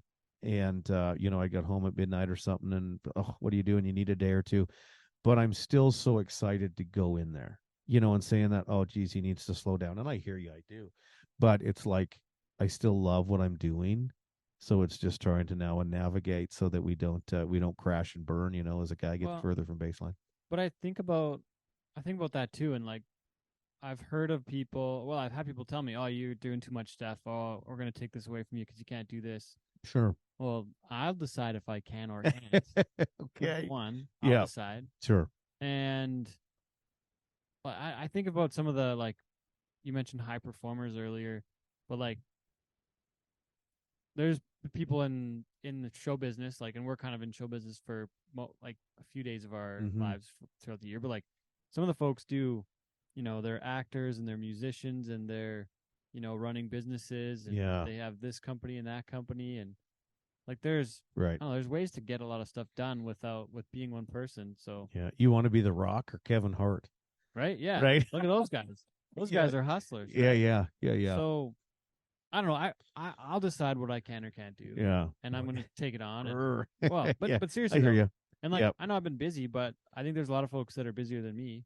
Sure. I'm not the busiest person around, and I think what I wanted to ask you though is that you mentioned being in a different place a few years ago, but now with the why being defined, sure, and the motivation on the counseling and coaching side, you've reframed it, and rather than going to work and being tired and burnt out, now you're excited to go do it, and and that's a new, like, it's, you are busy, yes, but there are still times like today, like, it's, what is it, 1:00 Pacific time, and we're able to do this and spend 2 hours on this, where we're not that busy, where we can't do that. Like, we could have, we went for breakfast this morning, and like, so what I'm trying to get at is that like we are busy, but it's, I want to say it's a bit regulated, and there's like a bit of, we can spend our focus in certain ways, and I don't know, I'm not sure what my point is, but well, I think there's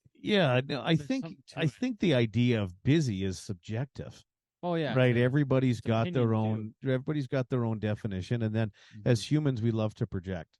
So I'm going to think, geez, your busy is not my busy, and vice versa, right? It's just not. 3 kids. We're all wired different, Not right? that busy, yeah. Sure, So, but in saying that, I think it's also understanding again, kind of what serves you and works for you. When are you at your best? When are you at your best in your personal relationships and your professional relationships? When are you the best friend? When are you kind of being able to support all of those versions of you that you find important? And I mean, that's kind of where we're finding those flow states and that ability to perform, but also leads to kind of that happiness and that level of contentness and all of those things. So if people are saying something to me outside looking in, well, maybe they are seeing something that I'm not. Maybe I do need to take a step back. But again, in saying that, you're right. You do define that. But are you, happy and healthy, and are you able to take a step out? A lot of times we say we can't see it when we're in it. When I was really in the shit, I didn't see it. I was just freaking mad all the time. I was just so quick to have an emotional response and go punch a hole in the wall in the garage as a father and an adult. What are you doing, Brett? But I mean, I just couldn't get it dialed in, right? And it's the one, I'm going to jump off track, but I wanted to touch base on, yes, there needs to be a level of, us taking care of ourselves and self-care and all of those things.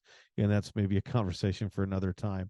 But I will say, and to those listening out there, my schedule is as busy as it ever has been. And it was the burnout that kind of led me down the path years ago. But I will say this, with the work that I've done, my ability to get back to what we call like clinically the baseline, I'm not as deep and dark for as long. I can acknowledge it sooner. I say, okay, so for me, I know this is going to be funny for you, but when I start to lose my appetite, and I mean, everybody knows me as I mean, I love nothing more than a bakery and a medium meat lovers. But like I start to lose my appetite. Like for me, that's a sign. Whoa, okay. So body's really starting to tell me I'm in trouble right there. So before, I lost, 20 pounds being, depressed. But now it's like, geez, I haven't had an appetite for a day or two, right? I can see those warning signs away sooner, and then I have a response to them. I'm okay. What do we need to do? Take a look at things. I have some things in place, right? So I'm better equipped now. Can I get to a better, healthier place? You bet. And I'm amongst that journey, right? But I think reading some of those signs that we see, no, maybe it is too much. Geez, why am I fighting with my partner all the time? Why am I short with my kids all the time? Why am I feeling like I'm scrolling on my phone all the time? Or why am I drinking a little more than I used to? Or what, right? So when we start to be curious again in those moments, what are we doing? We're just mining for the information. The more information I have, the better that I can go make this. Like taking the motor out, stick it on the computer, and it says, hey, we got to fix this. Okay, what do? We put in the new part, we fix it. So we have to be able to be curious in the why so that we can diagnose what's happening, and then we can pick the appropriate tool off the shelf, put it in so that we can function happier, healthier, whatever it may be. I like it. Good. Yeah. This is good. Okay, I know I've been so wordy today, but it's you can tell I'm obviously just passionate about it, Yeah. Brett, we asked you this question last time, but what's your definition of cowboy shit? Oh man, I was thinking about this. I didn't know if you're going to run it at me, but I'm going to steal this from something that I saw, and it talked about, like, how kids say like a flex, like, oh, I'm going to flex on you. But there was a comment that somebody made, and they said, you know what I think the biggest flex is? And I'm going to say, you know what I think cowboy shit is now after this conversation, and in this context, cowboy shit is taking care of your own, inner demons or your trauma or your past, to do the necessary work so that you can show up for those people in your life, who you love. That's what we're going with today. Thanks, Brett. Thank you, buddy. Is there anything else I missed or forgot about here? It was good. You tell me. We can go for another 5 hours. I need my afternoon nap. Yeah. Yeah. You probably need a little break too. Probably, it's almost lunchtime. You can find them brettgardiner.com. Is that right? Yeah, brettgardiner.com is Momentous Performance has a website I don't know about yet. Momentousperformance.com is in the building phase. Under construction. Chase the Good, where can we find the merch? Yeah, chasethegood.ca is where you can get your merch to support the Chase the Good movement. And Brett at momentousperformance.com if you need to reach out. We would certainly. Brett with 2 T's. 2 T's. Uh-huh. Yeah. Yep. Oh, no. Okay, the definition of momentous. Where'd the name come from? We forgot about that. Momentous. I did forget about that. No, momentous. That's okay. Yeah, momentous. Yeah. I just always loved the way that the word felt. I always thought it was strong. It was a strong word. It's like, and I thought momentum and really momentous is like of a decision, an event, or change of great importance or significance, especially in its bearing on the future, is what momentous stands for. So I think that's sorry, buddy. I think that's what we're trying to accomplish. We're trying to support people in the moment that's going to serve them better in the future, and just help them go from where they are to where they want to be. Perfect. Brett, thanks for doing this. Thanks, buddy. Thanks for being part of episode 151. Once again, this is Cowboy Shit. My name's Ted Stovin. He's Brett Gardiner. You can find us at a rodeo near you or nowhere near a rodeo in the wintertime in February. That's our time off. So this was a lot of fun, though, Brett. Thanks. Thanks for listening, everybody. We'll see you all at the next one.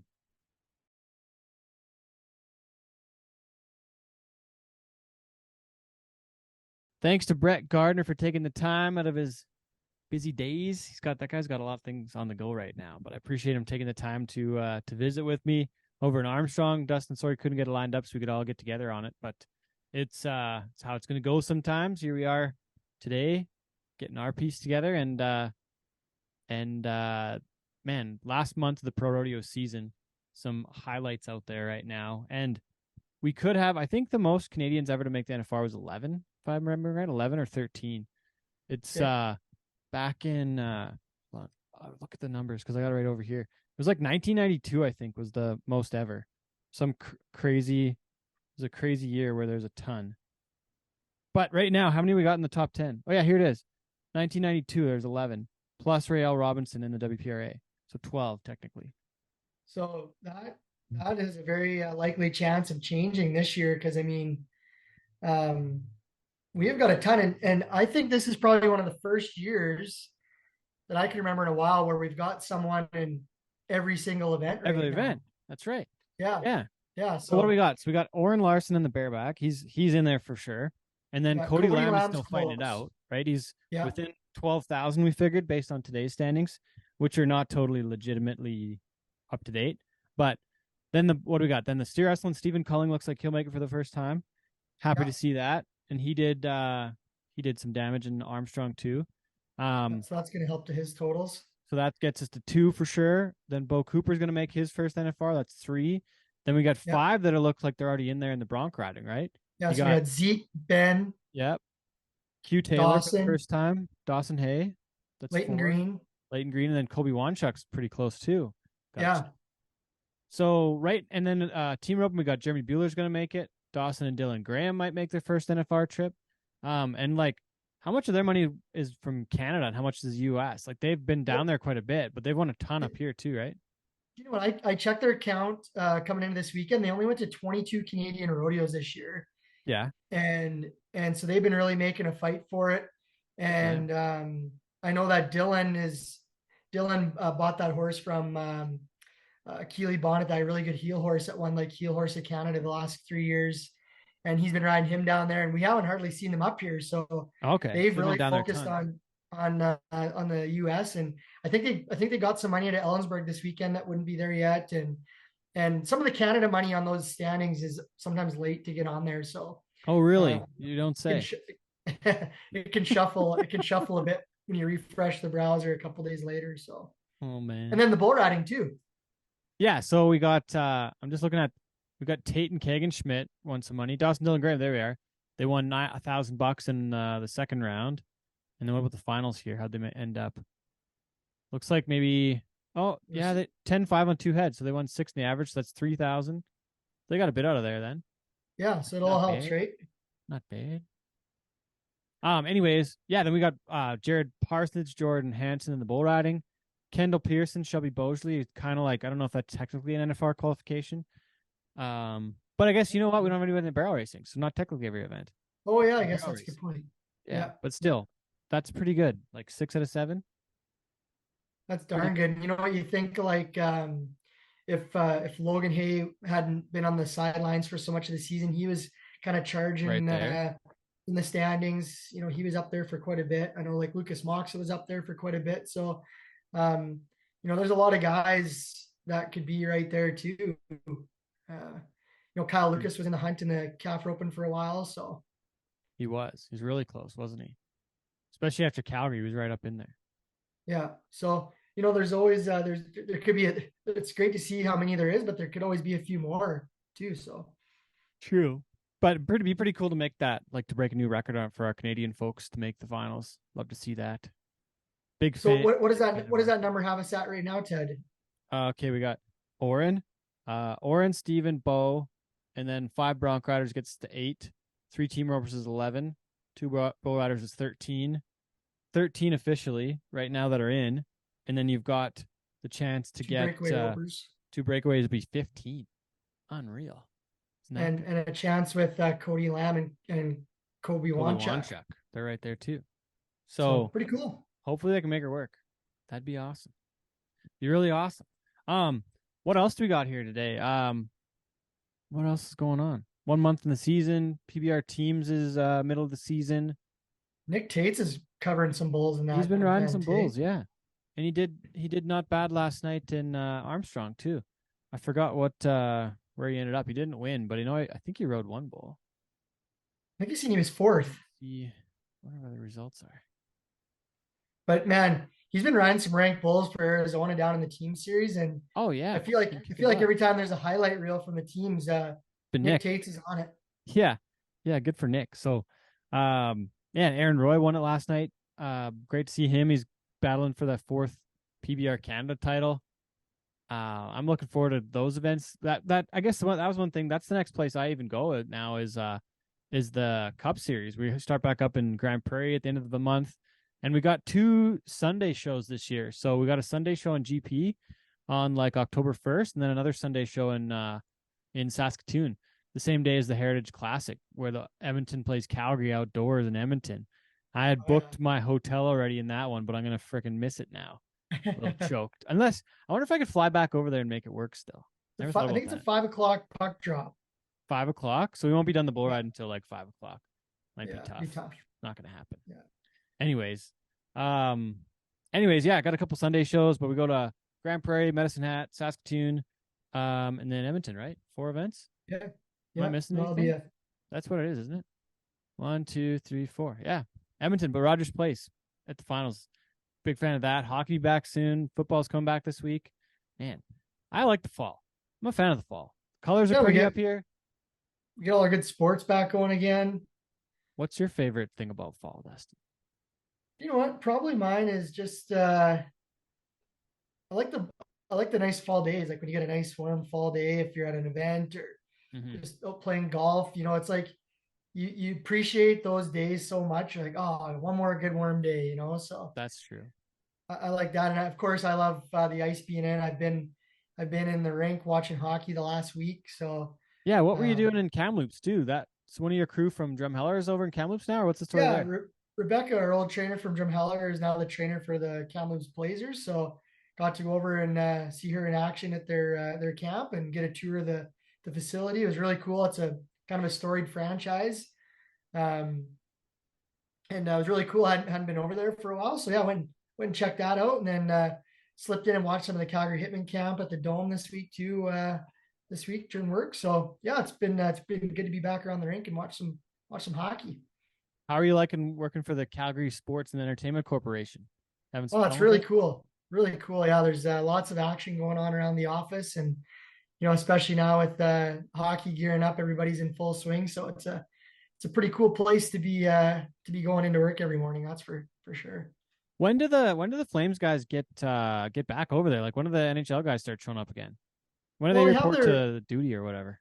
Yeah, they got their Kelowna Prospects camp coming up in middle of September. Okay, so not for a while. Yeah, so then they kind of get rolling.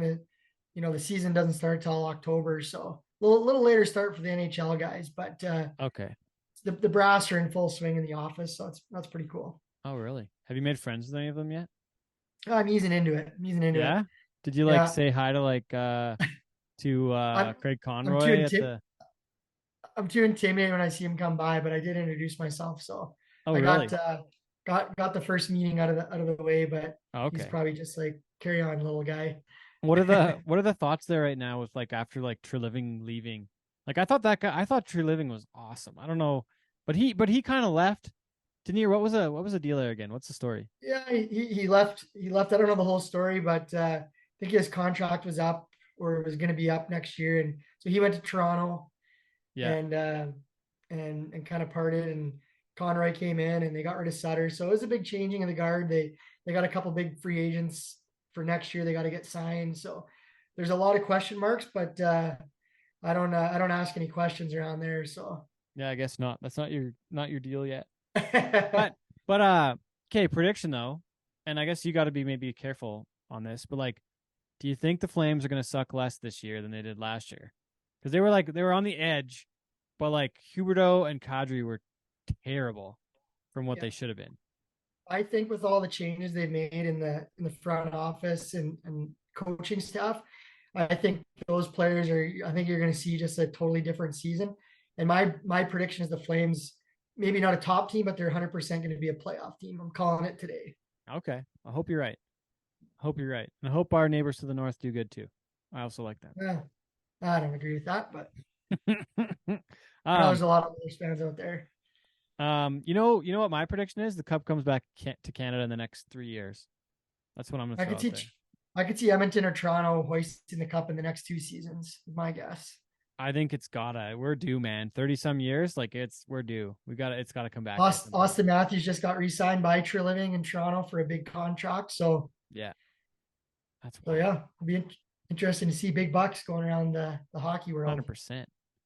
100%. Sorry to our American friends, maybe that are still listening to our hockey jargon, but football's back for you folks. College football, NFL football's back this week for those that are into that. Looking forward to big season there, but yeah, man, here we go. Fall run, Labor Day. It's all the way to Christmas now. So here we go. We're just under 4 months away from Christmas morning. Yeah.